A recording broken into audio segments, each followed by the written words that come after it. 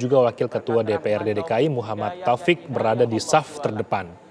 Sholat Idul Fitri 1443 Hijriah ini diperkirakan diikuti oleh 20.000 jemaah yang datang sejak tadi pagi dari berbagai wilayah yang ada di DKI Jakarta. Assalamualaikum warahmatullahi wabarakatuh. Waalaikumsalam. Pemirsa, kita jumpa di acara Dibacain Berita di ruang tayang channel Ustadz Alfian Tanjung.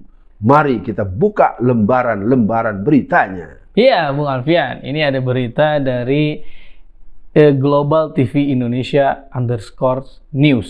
Judulnya, Bung Alfian, Stop Tradisi Anies Baswedan. Heru Budi tak gelar sholat Id di JIS tahun ini. Wah, Bung Alfian. Pejabat atau PJ Gubernur DKI Jakarta, Heru Budi, tidak menunaikan sholat Idul Fitri di JIS. Beda dengan Gubernur DKI sebelumnya, Anies Baswedan yang sholat Idul Fitri di Stadion JIS. Mantan Kaset Pres itu memilih sholat Idul Fitri di Balai Kota. Sholatnya di sini aja di Balai Kota, enggak di JIS, ya tidak apa-apa. Bagaimana respon awalnya, Bung Alfian? Ya nggak apa-apa. Apa yang mau direspon? Ya, saya pikir nggak sekelas lah ya. Kan Pak Anies Baswedan ini kan mau calon presiden.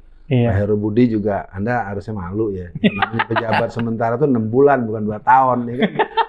Saya ingin katakan dulu secara umum ya, bukan saya sentimen sama Anda. Nggak logika. Masa seluruh yang dikerjakan Pak Anies Baswedan Anda tepis dengan begitu saja. Saya pikir, saya sebagai orang yang bukan bertinggal di Jakarta aja ketawa. Ente gimana? Ya sampai anak-anak buah antum melarang orang-orang untuk buka warung jam 12 malam ke atas. Iya. Itu kan sepengetahuan umum ya. Dan lalu Anda membiarkan orang makan-makan buka puasa, tidak makan siang-siang. Ingat, kulukum ra'in wa kulukum mas'ulun an ra'iyatihi. Pemimpin itu akan diminta pertanggungjawaban bukan atas kelakuan dia saja, tapi kelakuan warga yang dipimpinnya. Nanti di yaumul yasya, yaumul masyar, ya, yaumul jaza akan ditanya oleh Allah Subhanahu wa taala. Kalau Anda beriman, kalau Anda tidak beriman dan tidak ingin bertakwa, itu urusan lain. Gitu. Iya, Bung Alfian, yang ingin saya tanyakan begini, karena kan ada kebanggaan tersendiri, Bung Alfian, dari warga Jakarta sholat di JIS, Bung Alfian. Karena kan itu bisa dibilang ya, mendekatkan lah ya antara pejabat publik atau gubernur dengan warganya, Bung Alfian. Dia bisa sholat bareng, langsung menyaksikan langsung kan sholat di tempat yang bisa dibilang bagus lah, Bung Alfian. Karena kan kita lihat dokumentasi Idul Fitri tahun kemarin kan itu sangat bagus, Bung Alfian. Apakah Heru Budi ini ingin menghilangkan jejak-jejak kebaikan Anies Baswedan atau bagaimana Bung Alfian melihatnya? Karena gimana ya Bung Alfian? Kalaupun Heru Budi ini benci misalkan sama Anies, ya udahlah, benci aja hal-hal yang negatifnya. Tapi kalau ada yang positif dari Pak Anies seperti soal di JIS, menurut saya itu bagus, Bung Alfian. Gimana Bung Alfian? Ya kalau menurut saya, lagi-lagi saya nggak tertarik banget ya. Tapi menurut saya sekarang gini aja. MUI ini kan ketua umum DKI-nya baru meninggal. Ya mudah-mudahan ada juga PJS-nya, tapi juga bisa menjadi ulama yang sedemikian rupa. Pakailah JIS itu buat sholat. Kira-kira dilarang nggak ya? Nah, itu yang pengen saya tanyain, Bung Alfian. Itu menarik nih, karena bagaimanapun ketika dia hanya ingin mengadakan itu kan ada kesan kesederhanaan. Iya. Ingin sederhana. Kesannya. Nah, kalau nanti kita pakai di JIS, masalahnya apa? Nanti nggak boleh, alasan itu punya Pemda. Padahal itu bukan punya Pemda secara otoritas kental begitu. Lalu kalau nggak bagaimana? Kalau kan ada Istiqlal, kenapa nggak jadi panitia Istiqlal aja? Apa Istiqlal udah berubah jadi museum sehingga nggak pernah ada sholat lagi? Ya, ini kan juga catatan nih. Jadi kalau mau dibilang negara berhaluan komunis, akhirnya menjadi sangat tanda-tanda nih. Ya, tapi sekali lagi silakan saja di Balai Kota. Yang jelas warga Jakarta juga punya tempat-tempat yang mereka akan datangi karena mereka ingin mendengar ulama-ulama dan para tokoh-tokoh yang akan berkhutbah untuk menerangkan Indonesia menghadapi tahun politik yang harus dikawal dengan kebersamaan dan pilihan-pilihan politik untuk tidak memiliki pemimpin yang jauh dari pedoman Allah. Iya, Bung Alfian. Betulnya itu yang ingin saya tanyakan, Bung Alfian. Dengan alasan Heru Budi misalkan tidak sholat di JIS. Kemudian rakyat atau masyarakat misal menginisiasi lah ya, pengen sholat di sana. Ntar dia dengan alasan nggak boleh sholat di lapangan stadion atau apa, itu kan jadi Sama juga sholat di balai kota juga nggak boleh. jadi ribet.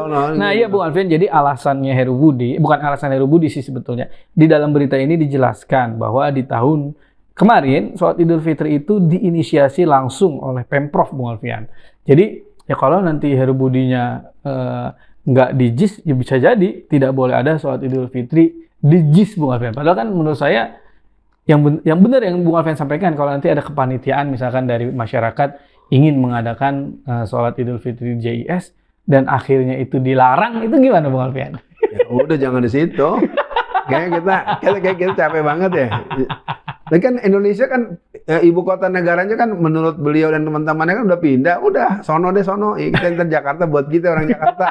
Ya, Jakarta segera akan membuat satu ibu kota otonomi Betawi dengan semangat si Jampang, si Pitung, si Ji yang punya jiwa agama yang baik. Ya udah yang pada nggak suka sama agama udah sono pergi ke laut ya.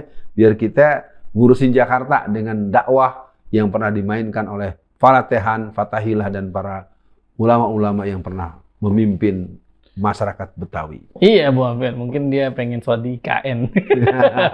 Nah Bu Alfian, gimana ya?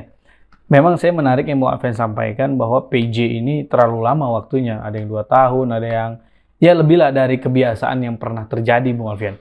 Nah ini kan akhirnya bisa menjadi pengacau kebijakan-kebijakan yang baik atau yang positif yang sudah dilakukan oleh gubernur atau pejabat sebelumnya Bu Alfian. Ini siapa punya ide, siapa punya otak sih Bu Alfian sampai PJ ini punya waktu yang sangat lama Bu Alfian? Ya ini yang jelas adalah atas request para oligarki ya.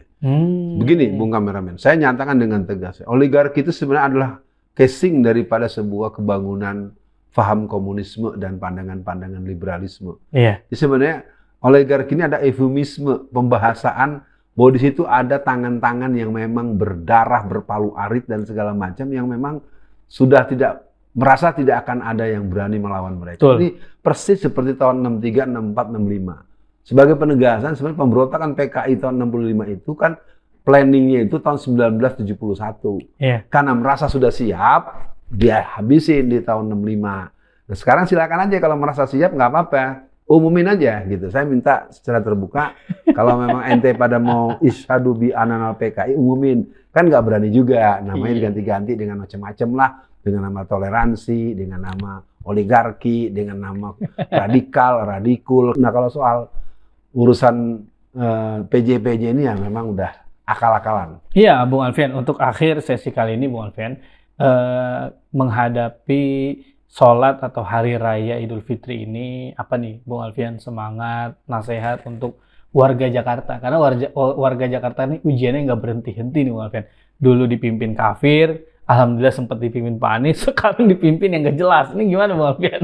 Warga Jakarta, ayo kita bareng-bareng jadikan Jakarta negeri yang diberkahi Allah, yang beriman, yang bertakwa. Artinya menghadapi Lebaran besok, panitia-panitia, ayo jangan bikin panitianya mirip kayak sholat Jumat biasa. Ya. Ayo digabunglah masjid-masjid yang berdekatan, ayo bergabung sepakati. Misalnya jalur Tanah Abang nih, ya untuk jam sholat itu coba digabung tuh Masjid Taqwa, Masjid Bukhari, Masjid Hasanah, Masjid Said Naum segala macam digabung, cari jalan raya atau lapangan yang besar, sholat bersama di situ.